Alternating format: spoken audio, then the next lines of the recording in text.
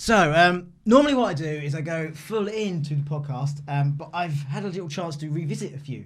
And I apologise for some that may be a little bit too harsh in the opening intro. Maybe a little bit too loud. I listened to one in the car the other day, and it was like, good morning, good morning. It was a little bit. So, here's your gentle warning into the podcast. Good morning, good evening, good afternoon, and welcome to episode 14 of BDAchat. Joining me for another 10 minutes of crafting, design, marketing, chit-chat is, we've got Rob. Hello there. We've got Camilla. Hello. And as ever, Captain of the ship. Hello. David Knowles. So, regular listeners will know that we are currently discussing the journey of a creative brief, where last week we talked about absorbing the brief, collecting our initial ideas or thoughts, and that moving this week, we're moving on to those ideas. Moving forward. What do we do next? Those watching the video cast may have noticed that we have a special guest. We've flown him in. Check out the tan. It's not David Dickinson. Cheap as chips. Wow, what an intro. It's BDA's Mr. Ideas. It's Mr. Paul Richings. Yeah. Well, thank you. Thank you very much for that introduction. Welcome to the podcast, Paul. How are you? Good, thank you. Yes. How can I possibly live up to that? Yeah, well, I apologise for the sweltering heat. Last week it sweating. was like the Antarctic. I think we were God. prepping for the Winter Olympics. This week we're prepping for summer. It's the temperature's gone from I'm 0 to slightly 100. put off because Rob's sitting here with no trousers on next to him, but nobody can see that. No one knows. No one knows what. Now they know. No one knows. So ideas. Sometimes you can literally pluck them out of the sky when thinking about when you get a creative brief. They just come flying. And sometimes it's hard. Sometimes it's like mining for bitcoins, trying to find some ideas. So what's the secret when you've got that creative brief? What's the secret to creating those ideas?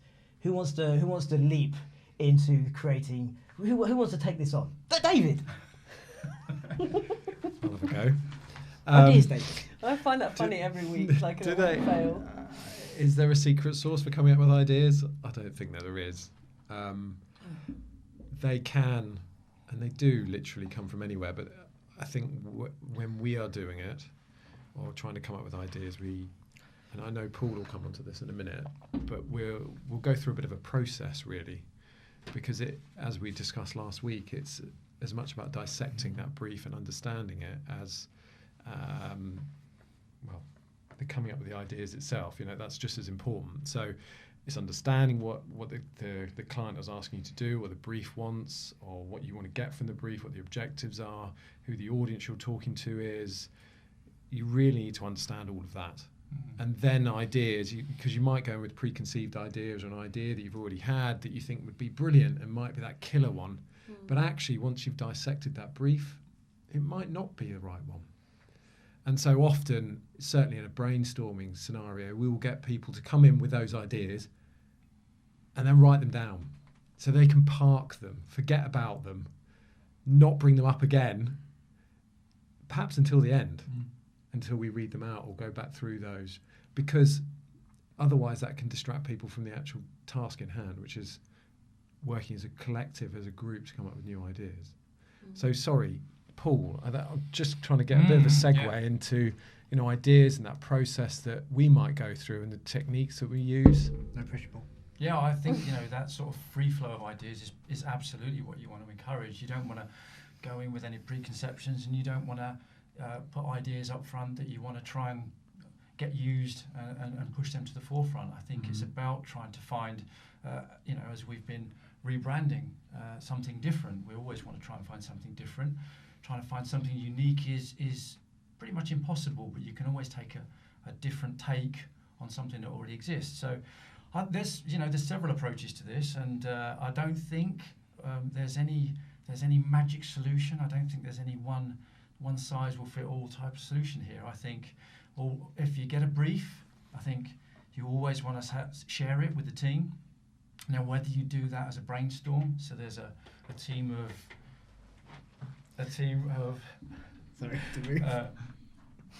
5 or 6, 7 or 8 of you, or whether it's just one of those conversation pieces that you have with other members of the team. It's essential that you share that brief. It's essential that you start talking about it, understanding what it is you've got to achieve with it. And I think you can only do that by talking to other people, whether that's serendipitous, whether it's actually having a brainstorm, although I think sometimes people can find a brainstorm a little bit intimidating. So therefore just maybe one-to-ones, breakout rooms, go and discuss the brief, talk about ideas you've got, and see what sparks from those different things that you're talking about. Quite often it's those little sparks, those, again, serendipitous little sparks that can create where you're going to go, the next route, and give you some direction. So whether that's a larger team or just a couple of people in a room, I think there's no one size is going to work for all different jobs. There really is. I think you've got to take each brief as it comes. Because it is, no idea is a bad idea, isn't it? Yeah. I know it's oversaid, Yeah. but it's true because people make throwaway comments all the time, don't they? Silly things. Yeah. But they are what spark off different thoughts, aren't they? Yeah, I think if you're going with that premise that anything goes here, then you do not know what's going to come from what might sound like a completely bonkers suggestion at the time, but there might be something there. Don't you have a fridge? Don't you call it a fridge? Yeah, and sometimes we visualise. That's well remembered. Actually. Yeah. Sometimes we visualise a fridge on a whiteboard wall, and it's an ideas it's a place where we'll put ideas on hold.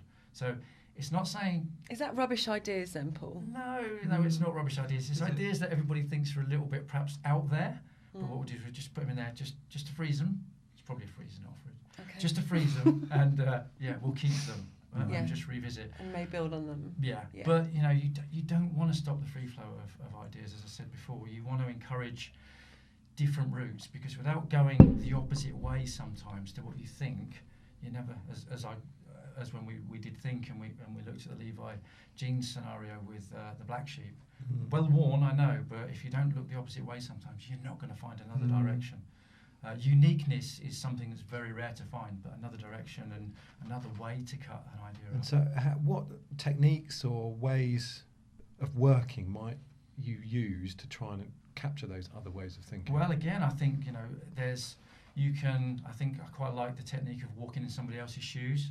Right. So you can either walk in somebody, a personality, a politician, a sports person's shoes. Is that like what would Andy Warhol do? Yeah, exactly. Yeah. How would he think of this brief that we've just got in front of us? What might he do to this brief? Would he? And I guess you think of, if Andy Warhol was to approach it, it would be very bright, very colourful, very out Polaroids there. and And then you might bring in another person's thought, and they're, dare I say it, maybe there's a politician's view on it, and that might be very, straight-laced. It might be very sensible, but you want to share. You want to keep those ideas. You want to see what comes out of them and see where they may cross over. That extends to using that for a company as well. So you could pretend you are another company.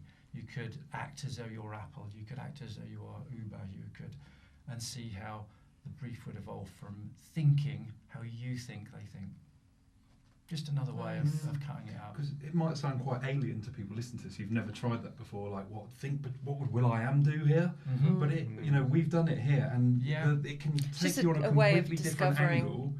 The same subject, just looking at it completely differently. And it also it kind of, because there are sometimes if you invite people to a brainstorm that aren't comfortable with it or to have ideas, it gives them the springboard to have an idea that isn't their own, but it's under the pretext of somebody else having it. So some people might not want to say something through fear of it being seen as a silly idea, but if you come up with it under the Will.i.am guise, then it's not seen that way. Yeah. You can have that idea. So it encourages people to, if you like, not hide behind who they are and not worry about an idea. Yeah, and that energy thing, I think that energy is so important when you're thinking of ideas, whether that's a brainstorm or a meeting, and by not kind of having those walls that this kind of knocks down a bit, it allows you to be more free flowing and really feel the energy. And I think there's something about the environment as well. Just what you said just makes me think about it. Like going somewhere else maybe for some different stimuli is a good thing. Absolutely. Rather than sitting in an office in the same space going, right, let's think of some ideas. Yeah, getting out there, I call it, is, change the environment you're in. If you're used to a boardroom environment and you go and take ideas and you try and get ideas in a boardroom, that's already an area where you're used to it being probably quite official, probably Quite stifling. Could be quite stifling, So and that could do the same to your ideas. That could do the same to your flow of thought. So take it out. Take it literally. You could go down for a walk with some friends, with some of your work colleagues, and just discuss the idea over a walk. Just take it into a different room in your building. It's that shower moment, isn't it? It's Yeah. like recreating that shower moment. You're in the shower, you have your Yeah. brainwave. Or in a pub with a bottle of beer, and you're like, oh. Yeah, pub's always a good Well, I place. find Yeah. you have to unplug your brain. Yeah. I find. You have If to you what? ask me to sit there and come up with an idea, I'm Yeah. like, It's, mm-hmm. it's, Yeah, and it's pressure. horrible to ask somebody to come. If you've got a meeting booked in half an hour, you've got to come in and have ideas. Ideas as a creative process don't necessarily turn up on demand. They have to be encouraged, and like you said, you've got to. Yeah. put And them sometimes in it's better just to sometime. write them down, like we do, Yeah. and then just go away and think Yeah. about Even them. people who come up with ideas all the time, like we're quite used to that because that's part of our jobs. But even if someone goes, right, you've got an hour, let's come up with that campaign idea, it's terrifying. Even if you do it all the time, you're like, oh my God, the pressure. Whereas if we don't come up with a good idea. And that's why we'll go away and we'll absorb the brief. Yeah. We'll talk it through. We'll do what we did earlier on today, which is discuss things. But then we'll go away and we'll come back again to it, and not sit there for half a day, days on end, trying to thrash out an idea. Because if it's just not happening, it's just not happening. Yeah. You have to go away. You have to come back. And I think we've learned that the hard way over the years, haven't we? Yeah, I think sometimes the 10-minute brief, sorry, Rob, the 5-minute brief is a great way. I mean, yes, it can be terrifying, but I've been put in that situation before where you've been given a brief and you've got 10 minutes to come up with an answer to it. So you have to drop everything. You have to stop. You have to forget almost your analytical side and just go, right, I'm going to go in with a gut feeling here, and I'm going to go with something that might be completely out there. And it does, it focuses you. And it can be surprising. If a group do it, it can be quite a good way of opening up ideas, ones that you probably wouldn't have considered before, just to do it off the cuff. We You can know- get attached or latched on to that first. The first idea sometimes can be the killer. Yeah. You know, the More Than Insurance, and they had the mafiosi, and someone said in that meeting with that client, it was like, oh, wouldn't it be great? They're like the mafia, they look after people. And that was it. That was the first thing that they Yeah. said. It was like a side note of like, haha, wouldn't that be cool? Yeah. Put it in I the have seen fridge, some build one in. crazy videos recently. You just think, who the came Yeah. up with that? Because sometimes when it works, and then Yeah. other times you just think, Or when it misses the mark and it's that's like, oh. rubbish. You're just trying to be. I just want to be unique, so I'll be completely unique. But I'm actually the advert's rubbish because it's just you can see straight through it. That's execution, isn't it? Really, it's Yeah. a bit like if it's you can, depending on the way you cut an idea, it can live or die on the execution. Yeah. So it's all very well having the idea. You've then got to go through that process of making it come alive. The process of We coming could talk about this for alive. hours. Which Yeah, leads it's a us probably massive next- topic. to next Yeah. week, to be fair. The Massive process of topic. how we take that idea. And the Disney and- rooms and as well, run and all with it. those things. There's all sorts of Yeah. things we can talk about on this.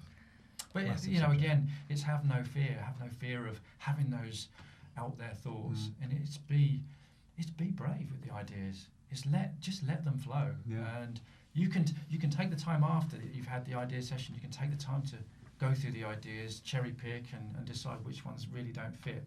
But in the first instance, just let them flow. Don't go analytical too early. Absolutely. Let them breathe. Another thing as well is to invite the clients. So when we come up with some ideas, say we come up with 6 or 7 bones of an idea, get the clients round Yeah. and say, let's put some meat on the bones together. And that's great because then everyone feels a bit of a buy-in and then the idea becomes everybody's. It's a really important one because sometimes as well the client can't always tell you exactly what they want, and it can take a little while to actually get to grips with what it is that the idea is that we want to push. So it's really, Well, you're always going to get pushback, I always think. If you present your 3 ideas, you're always going to get. It's like if someone said to me, "Lee, you're going to wear these 3 pairs of jeans. Pick one." But I don't really like any of those. I want that one on there. But if you invite someone in to help you make those pair of jeans, they're more likely to Yeah, wear you love them. yeah. Yeah.